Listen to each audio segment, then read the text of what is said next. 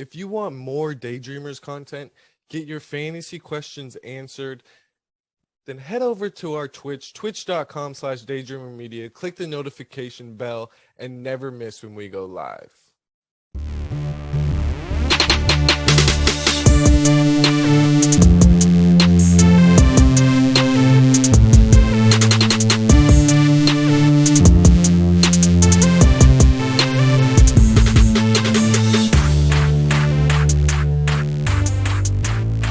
Welcome into the Fantasy Daydreamers podcast.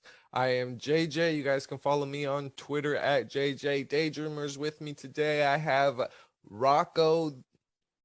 Ryan, how you doing? What's up, guys? ROKKO Daydreamer. And Keoni is here. Oh my goodness, hello everybody. It is great to be here again in your presence and your ether filling me up to do another episode of the Fantasy Daydreamers podcast, where we discuss things that potentially have been on the Twitter, where I have added to that conversation from my account called Daydreamer Keoni. And I got a quick question for you guys. At what point do you draft each position? Are you looking for running back always in the first round? You're looking for wide receiver? You're looking to go running back, wide receiver, running back? Do you guys have strategy going into your drafts on what position to take where? So for me, I tend to, obviously it depends on your position, like where you're drafting from, because those top tier running backs, like 1 through 4, are going to go in those first 4 positions, and then I think middle of that first round, I can see where those top wide receivers are getting taken. Those tier 1 guys. But for me personally, mock drafts really help. So definitely take advantage of mock drafts because they're free on any site that you use. We have mock draft Mondays, or we've been doing them. So you can see those on our Twitch. But anyways, I tend to go with running back first, unless it's like a league that really favors, wide receivers and catching, and targets and receptions and stuff. But for the most part, I go running back and then usually a wide receiver and then probably a running back again. But you never know. Like, it depends on how your draft mates are playing as well. Because you might sneak in a quarterback there, one of those tier 1 quarterbacks within those first 3 rounds, if you want to stack. So that's definitely a strategy. If you get a good top wide receiver and you're like, hey, they also play on a team with one of those tier 1 quarterbacks, maybe you go for a stack and you're set. So yeah, that's just me. Yeah, I go into drafts with not a lot of strategy, thinking about what position I'm going to draft where. I just want to draft the best player available a majority of the draft, guys with a lot of upside in the later rounds. In the beginning, I am giving a little bit of an edge to the running back because of the position scarcity there, so I am a little more likely to go running back in the first couple rounds. But if there's a better wide receiver there, I'm gonna take the better wide receiver. And then I tend to wait on quarterbacks and tight ends as long as I can. But somewhere right around the 8th, 9th, 10th round, maybe even the 11th round, I'll take probably both quarterback and tight end there in that range. For me, this year in general, if I get the back 7 through 12, I'm realizing I'm going pretty wide receiver heavy. I like talent in that range. The first 4 picks, I'm pretty much a lock to get a running back. I'll see how the tier 2 running backs go. I do have once I get to my running back 16 in that range, I do get a little freaked out.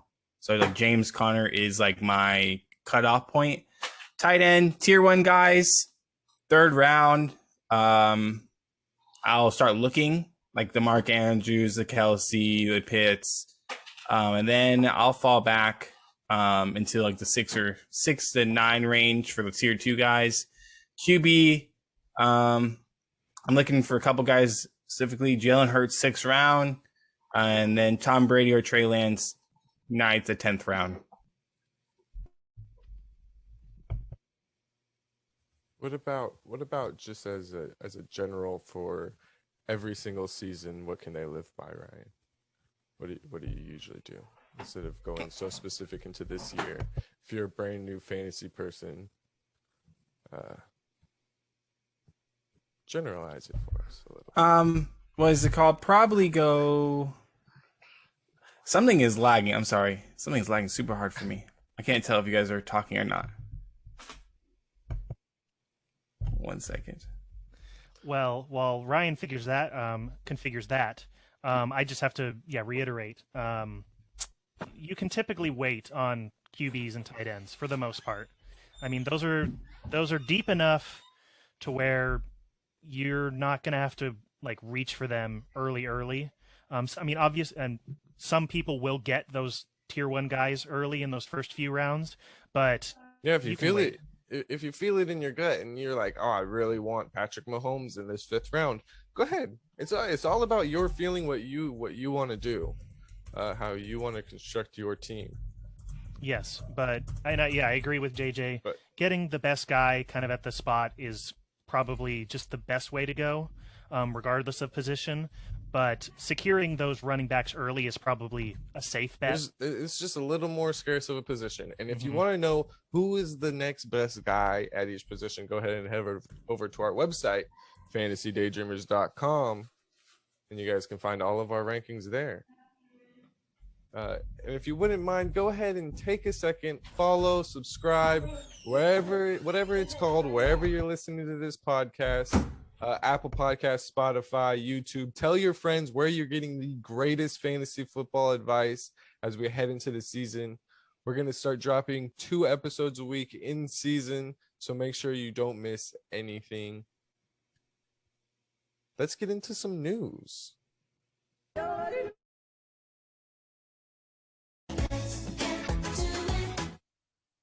All right. Now let's get serious because this is actually really sad news. Commanders rookie running back Brian Robinson was shot multiple times, but is in stable condition. I heard he was shot in the knee, so it looks like he's going to make the team, but there's no timetable on when he's going to return now.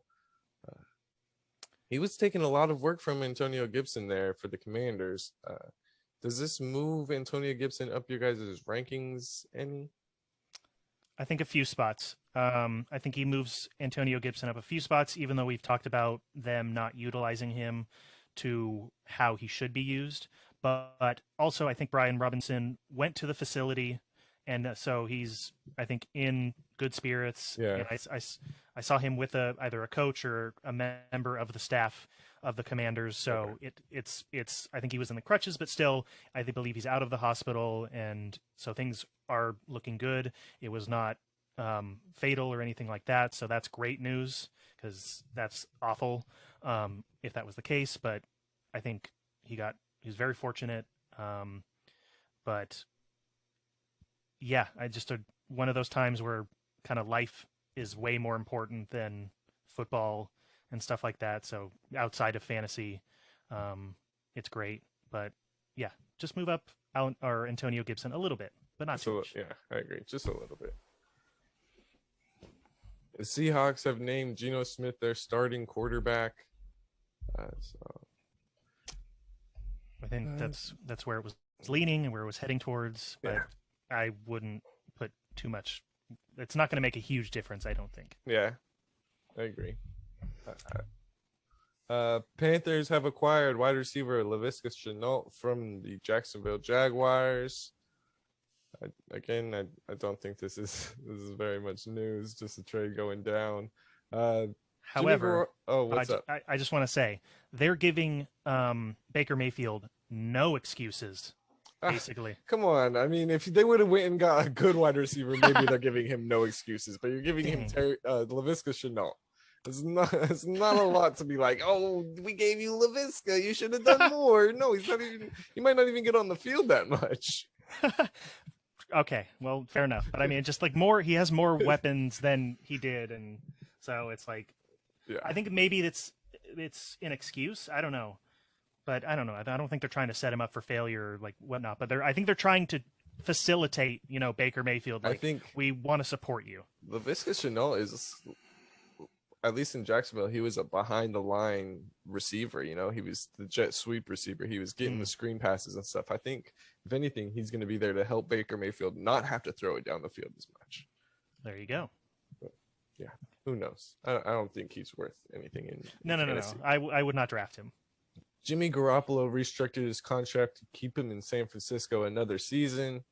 I think this is smart by Jimmy Garoppolo and by the 49ers. So 100%, because it helps the cap space, I think, and he doesn't go to Seattle, which was probably, I think, at least the rumors of the possibilities. If he would have left, or if they would have dropped him, he might have gone to Seattle. Who knows? But this makes him way easier to trade if something comes about, and then if nothing comes about and he leaves next season, they get a pick in the draft for him. So. Good for them. Does it worry you that they're keeping Jimmy Garoppolo behind Trey Lance, though? No, I think. I mean, if you were really looking to get Jimmy Garoppolo, You're looking for a narrative. Then maybe, but otherwise, at a certain point, we expected Trey Lance to be the starting guy. So if you're not behind Trey Lance at this point, you're a bit behind the ball. I think it just helps, and I think Jimmy Garoppolo knows that he's going to be behind Trey Lance, but you never know when he might go in for a game if something happens to Trey Lance or whatever, and that's a solid QB to go in there. Well, that's what I mean is if you're Trey Lance or a fantasy manager drafting Trey Lance and Trey Lance doesn't perform in the first 3 weeks, now they have someone that can come in immediately and replace. I don't think that's true. You can't listen. Kyle Shanahan and John Lynch put their careers with Trey Lance by trading 3 first-round picks. Well, you don't even know if they still even wanted him. There's still rumors going around that they wanted Mac Jones and got talked into Trey Lance. It doesn't matter. You did it. You are going to get fired if you don't play this man. If you lose the first 4 games and it's Trey Lance's fault, this is a playoff team. The fans are going to want a playoff quarterback. It doesn't matter. They don't care what it is. You can't care what the fans want. That's my point. You just can't. They already did one, so I get what you're saying. You just can't. You traded 3 first-round picks. It's a forever move. If you are, I mean, maybe if they do that, then it's a horrible GM fail. And so I don't know. I don't believe that. They have to be all in. Well, but their careers are on the line. Well, if you go all in with Trey Lance and he is terrible, then your career's on the line either way. You might as well try to turn it around and get Jimmy G in there at some point. If they end up being bad with Trey Lance, you have to be. It's developmental year. You might have to take a step back to make a step forward. I mean, the idea is that they went to the NFC Championship game with Jimmy G is great. But that team shouldn't have won to the NFC Championship game. That team wasn't overall that good. You're talking about a block punt. Contender. Yeah, but you're talking about a block punt block punt touchdown is how they got there. Hey. So, I mean, it's just, I'm not saying it wasn't like Jimmy G threw for 3 touchdowns in Lambeau. But it's not like it was his first time ever in the playoffs. He made it to the Super Bowl, too. I'm just saying he is an accomplished quarterback in the NFL. He's been there, done that. At some point, that matters over Trey Lance. I agree with you that it doesn't matter for quite a long time. But if they're losing into week 8 and 9 because of Trey Lance, you got to turn the corner eventually. I mean, we can move on, but I don't. I have to disagree. All right. Carolina quarterback Sam Darnold is expected to miss 4 to 6 weeks with an ankle injury. Just the backup there. Not big news for fantasy. Ravens sign running back Kenyon Drake. Do you guys think this matters much? Does he get enough work to be fantasy relevant in Baltimore? Maybe he might have like his week or two where he gets a good amount of touches, but I think it's still it's still Lamar Jackson and J.K. Dobbins backfield essentially. I think for week 1 he could steal some touches. For week 1 he could steal some touches, but because I think J.K. Dobbins is going to start off slow. Okay. I dropped him in my rankings. He was at 20, and now he's at 25. Oh, Because they've been limiting his practices. They've been limiting his practices still, and they still haven't come out saying that he's going to be full go for week 1 and that he's even going to play in week 1. I'm not drafting Kenyon Drake anywhere. He's new to this team, but he might get some work there at the beginning of the season. I just don't know if he's worth an ad or anything. I mean, this is the same people that played Devontae Freeman last Exactly. year. Exactly. Got work, bro. They're willing to play anybody. Anyone, bro. Except for a young rookie. That's true. The Dolphins cut running back Sony Michel, and then the Chargers signed Sony Michel.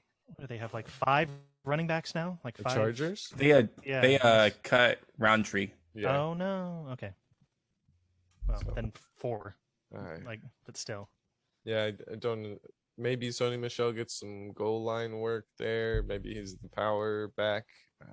I think this kind of kills that Isaiah Spiller I agree. hype. Yeah. Yeah. I think it's like, I all mean, right, well, Isaiah Spiller, I've already dropped him a lot because he's been injured, and then Mm. yeah, Sony Michel definitely dropping him. Tight end Darren Waller returned to practice for the Raiders after getting a new agent. So, We'll talk about him more later in the Okay. podcast. Eagles are sending wide receiver Jalen Reagor to the Vikings. I don't know if this matters so much. I mean, maybe he works in a little bit, but I think they're just trying to get depth there. The Vikings are at the wide receiver position. Yeah, and I think it's a more interesting story, seeing like he was taking the pick before, in 2020, Yeah. and then now they're both on the same team. But in terms of fantasy, yeah, thank you. In terms of fantasy, not really. It's like it's Jefferson, Thielen, and so With KJ Osborne. I I mean, maybe he- on waivers. he's the third. He's the third guy there. oh, that's my sleeper right there. Oh, It's not gonna my be actual Jalen sleeper. Reagor. But he was in the running for sure. I am a KJ Osborne over Adam Thielen. I like That's- KJ Osborne, but I'm not going that far. Yeah, I've tried to be on KJ Osborne before, and it just didn't work out. He's a wide receiver 3 in the NFL. That's what Yep. it is. He's gonna be boom bust. Yeah. The Texans cut Marlon Mack and then signed him to their practice squad. So what Ryan was talking about, Tyrion David, what's his name from Texans? Damian Pierce. Pierce, yeah, Damian Pierce is looking like he's gonna be the RB1 there. Okay. Definitely won that spot through the preseason, and yeah, so no need to have Marlon Mack. But how the mighty have fallen. Then last little bit of news: the 49ers cut running back Trey Sermon.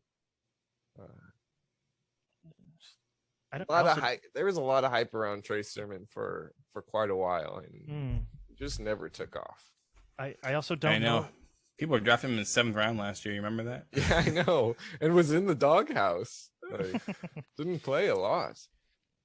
I don't even know if this affects Elijah Mitchell that much.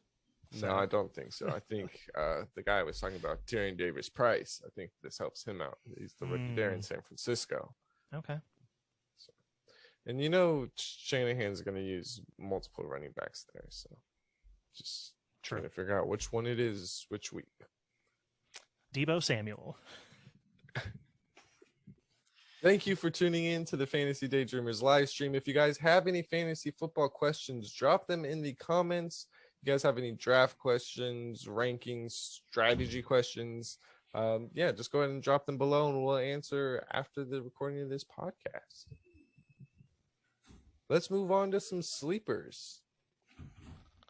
So, who is going to be a sleeper for you? Someone that you're looking to draft in the later rounds, or you're willing to go up there and draft a round and a half before their ADP to make sure you get them.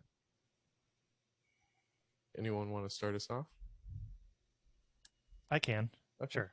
So I am going to start with a rookie because I think a lot of rookies have potential to be flyers. So, like you said, late round guys who, you're not wasting a lot of draft capital on them, but they can provide a lot of upside. And a lot of rookie wide receivers tend to be the guys who do great runs in the second half of the season. But the guy that I'm picking as my sleeper, I think he can have a good run for a good portion of the season. And that's Chris Olave. I think the Saints have a sneaky good chance of having a really good season this year and potentially maybe even winning the division. I think part of that comes with the addition of Chris Olave opposite Michael Thomas. Although with Michael Thomas, he apparently has a hamstring injury, so we don't know how that's going to affect him. And we know what we know what he's done when he's been injured with the team before. So Chris Olave has a chance to be the wide receiver one on this team for a number of games. But I also think that he has the chance, and I've said it in a video before of either hot takes or, long shots of, I think Chris Olave can set, I think it would just be very fitting for him to set a lot of Saints rookie records with Michael Thomas being opposite him. And I think he has the chance, Jameis Winston. I'm still rooting for the 40 for 40 season. And I think they have a lot of good pieces on that team. And I think Chris Olave fits well into the scheme they have.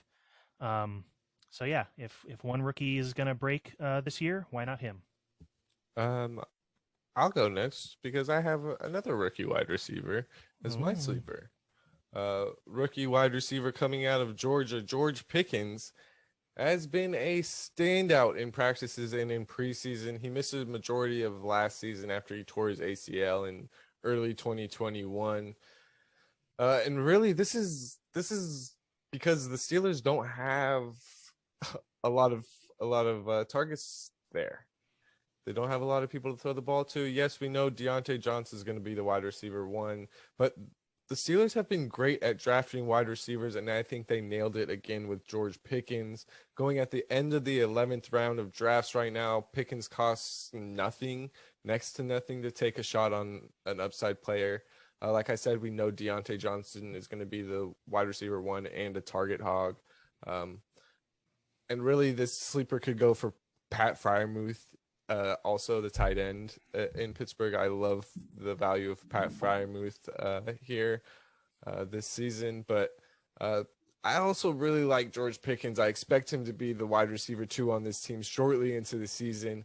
He'll be giving you wide receiver 3 finishes in fantasy with the possibility of a touchdown every week. I'll take that upside with a late round flyer there. Okay, for me, Dawson Knox. Really 2 reasons here. I think he could break out as a tight end. Opportunity with Beasley and Sanders gone. There's 184 targets available to spread around. I know Gabe Davis is really good. He probably can get the second most targets. But there's definitely a chance, especially because Knox had 71 targets, that he can get to 100 targets. There's, again, 184 available targets in an elite offense. Super pass heavy. Top 10 in every passing category. And the second reason is volume in the red zone. Again, Josh Allen is super pass heavy, top 3 in completions, attempts, yards, and touchdowns inside the 20. And Dawson Knox, in his 15 games, ranks top 5 in all those categories. Well, in targets, catches, and touchdowns. They're going to keep looking for him in the red zone. He's one of his favorite targets. They barely run in there. Knox has a touchdown upside of a top tight end, let's say 15 touchdowns, even though I don't think he's going to get the 120 targets. And I think that kind of cancels out.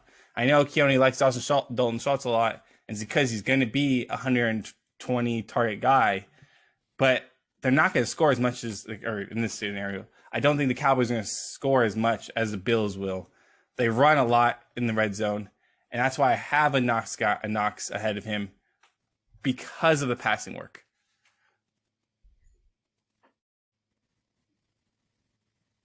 Fair enough. We'll just have to stay tuned throughout the season to see who wins our bet of Schultz versus Knox. So stay tuned for that season-long Yeah, journey. especially if you want to see Keoni go through a table. Tables. Nah, I'm nah. with it. Ryan's going to be singing some really bad country music. So Sweet home Alabama. no, that's Joke's on you. I love country music. Oh. It's the Cowboys jersey I don't want to wear. there you go.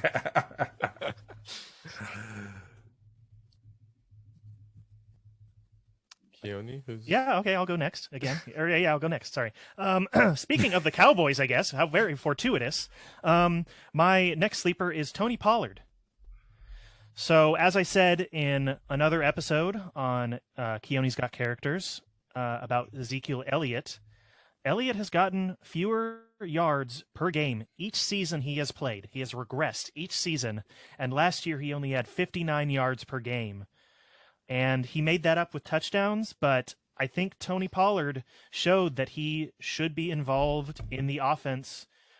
He was a decent portion of it last year, but I think his roles, the gap between them is slowly closing, or I should say quickly closing. And I think he's gotten more touchdowns on the ground and through the air in each of his 3 seasons so far. And I think this is the year that he can potentially get 1,000 yards on the ground. And he only had 2 touchdowns last year. There's only he can go down, but I think the way I expect them to use him, and with the amount of effort and work they're going to give to him in shifting towards a Tony Pollard leading team, I think he just gets more touchdowns. So I think he's last year he was an RB3, and I think he can go into RB2 range this year. So look out for Tony Pollard, who is he's going to be making that push for the RB1 on the team. And I think it might happen. He might position himself by the end of the season. Are you scared that was called Jones said that they go with Zeke? Like the team goes as Zeke goes? I don't take anything that Jerry Jones says at heart. So I mean, he's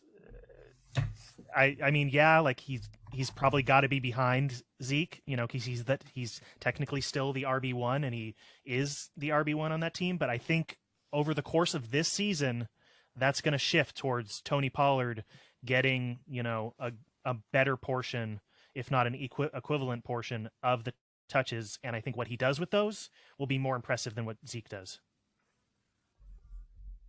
Are you saying Pollard finishes over Zeke this season? I'm not going to make a bet about it or anything, but no, I want you to plant your flag right now. No. That's what it sounds. No, don't be a pussy now. Plant your flag. All I'm saying is I think he can make himself a solid RB2. Definitely look for him if you not already in dynasty leagues. So that's for sure. So there. All right. That's all I'll say. My next player is going to be Robert Woods, the team with the most vacated targets in the NFL, the Tennessee Titans. Someone's got to step up and be the receiving leader here. Yes, this team is going to be run first with Derrick Henry coming off his injury last season. I don't think there's going to be as much separation as with A.J. Brown, where A.J. Brown was clearly the only target there. I think Ryan Tannehill is going to be able to spread the ball around more, but I do think Woods can get close to 100 targets, and in 3 of his 4 years that Robert Woods has gotten 100 targets, he's finished as a top 20 wide receiver. Early in the season, especially while Treylon Burks is still finding his footing in the NFL, there's been numerous stories about Burks and how he's not ready or he just doesn't look good. And Things just are wrong for some reason there. I still have a lot of faith in Treylon Burks, but I think it's going to be slow getting there. And so Robert Woods is going to be Ryan Tannehill's favorite target at the start of the season and potentially for the entire season. Uh, Woods and Nick Westbrook-Ikhine have both been running in front of Burks, so I really don't worry about Burks taking over that AJ Brown role. I'm taking my chance with the savvy vet in Robert Woods being Tannehill's favorite target and cracking the top 24 a couple weeks and being a top 36 wide receiver over the entire season. He's going as a wide receiver 46 right now, around players like Kadarius Toney, Chase Edmonds, DeAndre Hopkins. I would take Robert Woods over all of them. I like having a little bit of upside there, and he's going to be the wide receiver. I really, truly believe he'll be the wide receiver one on his team for a majority of the season. And yeah, so I'll take Robert Woods as a sleeper. All right. For me, Brandon Ayuk is the post-hyped sleeper. Everyone was hyped on him last year. People faded him because he was in the doghouse. But after he got out of the doghouse, he was on pace for like 1,100 yards. He basically had 68 targets, 43 receptions, 738 yards, and 4 touchdowns during that span. Again, 17-game pace, 6 touchdowns, 73 receptions, and 1,100 yards. He was getting good volume. And let's go with a little bit of narrative here. Him and Trey Lance down in San Diego have the same speed coach. They've been working out together since before OTAs. Okay? During training camp, his favorite target, Brandon Ayuk. You know why? Because Deebo Samuel was working in that contract, doing the hold-in, not doing team drills. I think this is the year where everyone's fading Brandon Ayuk. He's basically the third San Francisco 49er getting drafted fourth after, Deebo, Elijah Mitchell, George Kittle. I think he might be the guy who gets the most volume in actual passing situations. I think they're going to scheme up touches for Deebo. They're going to scheme up touches for George Kittle. But when Trey Lance is in trouble, I think he's looking Ayuk's way. This is the year I'm drafting Brandon Ayuk. All right, let's move on to some busts. Who is someone that you think is going to bust, not return value at their ADP this season? I'll go first. I got running back for the Atlanta Falcons, Cordero Patterson, coming off his best fantasy season. The 31-year-old running back was super impressive last season, getting 205 touches for over 1,100 yards and 11 touchdowns for an RB9 overall finish. But in his 8 other seasons, Patterson never saw 100 touches and averaged 388 yards and 2.3 touchdowns. He's never been the sole back on a team. He's never even been the lead back on a team until this last season. The Falcons added Damian Williams to give Peterson rest and drafted Tyler Algier, who's a much more between the tackles type runner than Williams and Patterson. I expect that on some third and shorts, some goal line situations to see Algier out there. Places that Atlanta really struggled last year whenever they played Cordero Patterson. They were one of the worst teams in the league in red zone rushing attempts and one of the worst teams in the league in 3rd and 1 attempts. Patterson has also stated that he wants to be a kick returner, as he is tied for the kick return touchdown record, and that he's quoted to say he will be out there returning kicks. He'll be the running back 1 on this team, but I don't expect as much of an explosion and unexpectedness as there was last season with Cordero Patterson. I think there's going to be a major drop off there, and I'm not really wanting to draft a 31-year-old running back. Okay. For me, it's DK Metcalf. Let's start off with Geno being announced as a starter, like you said earlier, JJ. That man was horrible during the fucking preseason. 23 for 39, 59% completion percentage, 0 touchdowns for 256 yards. This man was fighting for his QB life, like literally fighting for the job, and could not throw a touchdown in preseason. He was going against second stringers, bruh. Now, let's go to 3 games last year with Geno.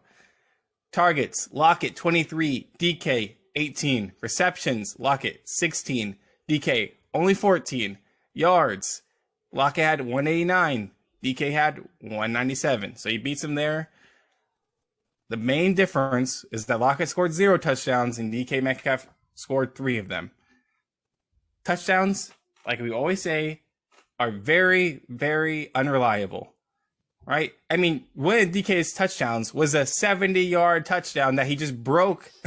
It was like this coverage slipped. Like, it wasn't even great. Like, this offense is going to be horrible.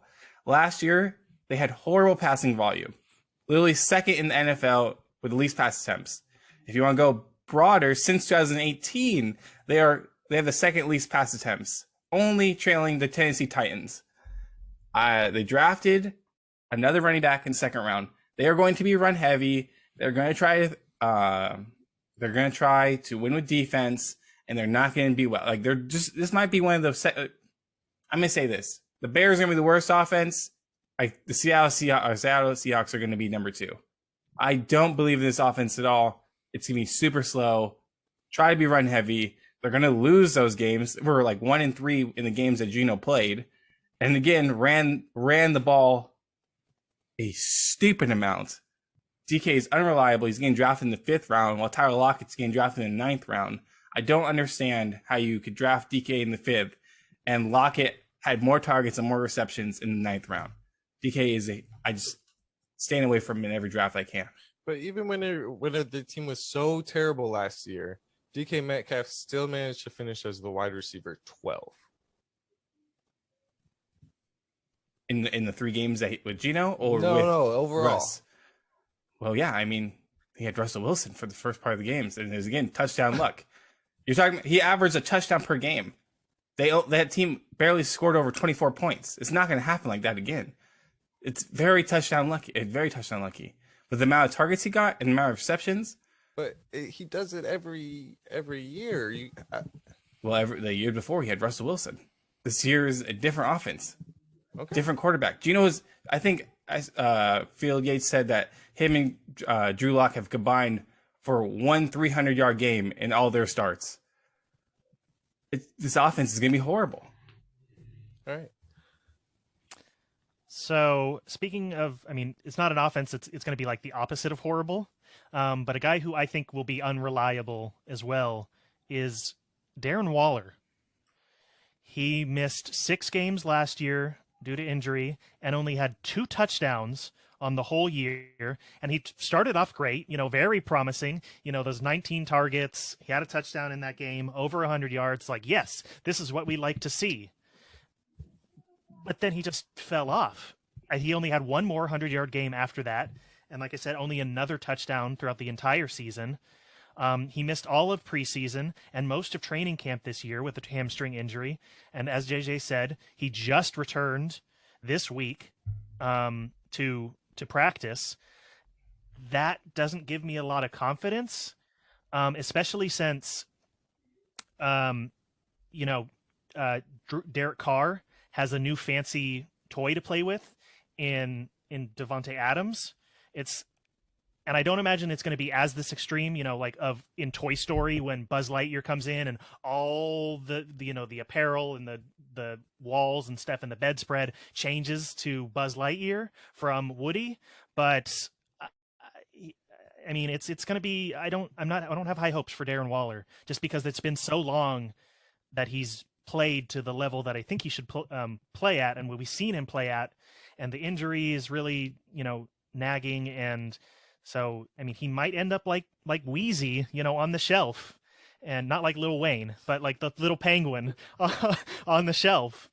But he had Derek Carr had great chemistry with Hunter Renfrow, who really stepped up last year. I don't see him not continuing with that, and obviously we know the chemistry he has with Davante Adams. I see him going in like the 4th round, which I think is a little bit too early, since I think guys like Pitts, Goddard, Schultz, and Kittle, and even like Ryan might put Knox ahead of him. I think all those guys can realistically be ahead of him. I just can't trust drafting a tight end that early on for him to potentially have 2 or 3 good games again. So that's why I think he's a bust for this year. I'd love to be proven wrong, but I'm really hesitant on Darren Waller. All right, let's move on to everyone's favorite segment. Keoni's got characters. So, Keoni, what are the chances of Michael Pittman breaking out in 2022? And can you explain it as Mike Tyson? So we're going to give Keoni a minute on the clock here to go ahead and get his voice right. If you guys haven't seen any of these other KGCs, go ahead and head over to our Patreon, patreon.com/daydreamer and you guys can catch all of these KGCs where we give Keoni a fantasy football topic and a character to explain his opinions and thoughts on that topic. Yeah, here we go. Time's winding down for you, Keoni. 2, 1. All right, Keoni, what are the chances of Michael Pittman breaking out in 2022? It's time. He's a tyrannical tiger, and he's gonna eat your kids. Much like the planets aligning in Hercules, one of my favorite movies, to unleash the Titans upon Mount Olympus, so shall Michael Pittman be unleashed upon the NFL, rising to the level of a Titan, but he's a colt, so he's a horse, but he's not a Titan. So don't, yeah. He's got a new QB in Matty Ice, who I think is objectively better than Carson Wentz. He would definitely last maybe a round with me, but Carson Wentz, he wouldn't even make it. And I would eat his kids, not Matty Ice. And then they have a lot of great pieces on both sides of the ball, with Michael Pittman and Jonathan Taylor, and even Alec Pierce is the rookie this year. He's gonna pierce through the heart of all the defenses, and the defense is great. I think this is the year for the Colts to make an impressive run, and Pittman's breakthrough is going to help. And with that immensely, Matt Ryan is going to be great for him. And like I said, Jonathan Taylor is going to help this offense. I think they're going to be one of the top teams, definitely in their division. He got close last year. Michael Pittman did, with 1,000 yards and had 129 targets, 88 receptions, 6 touchdowns. I think I projected him to be a borderline wide receiver 1. And so I think he has a 92.76 chance of breaking out this year. All right. You got any questions for Mike Tyson, right? No, you don't want any other questions, because I'm coming at you fast and furious. They say you don't want to get hit in the mouth. Well, I'm hitting you in the mouth, so you can't ask those questions. Michael Pittman, that's it. Break out. I just want to say I really like Mike Tyson Mysteries. Great show. It's a great show. Performance. I miss my buddy Norm Macdonald, but I went in a booth and they told me to just talk, and I did. And then they turned it into a show. So, yeah, it was fun. I like pigeons. All right, that'll do it for today's podcast. Thank you guys so much for tuning in. If you like what you see, go ahead and head over to our website, fantasydaydreamers.com, where you guys can get all of our content. We got our Instagram, Twitter, YouTube links up there. Patreon, if you have a little extra cash and you guys want to donate to us, it would be much appreciated. And then Twitch, we go live on Twitch whenever we record these podcasts, so go ahead and head over to our twitch.com/daydreamermedia, click the notification bell, and never miss whenever we go live. And remember, you always gotta stay dreaming. Stay dreaming. Stay dreaming or I'll bite your ear off.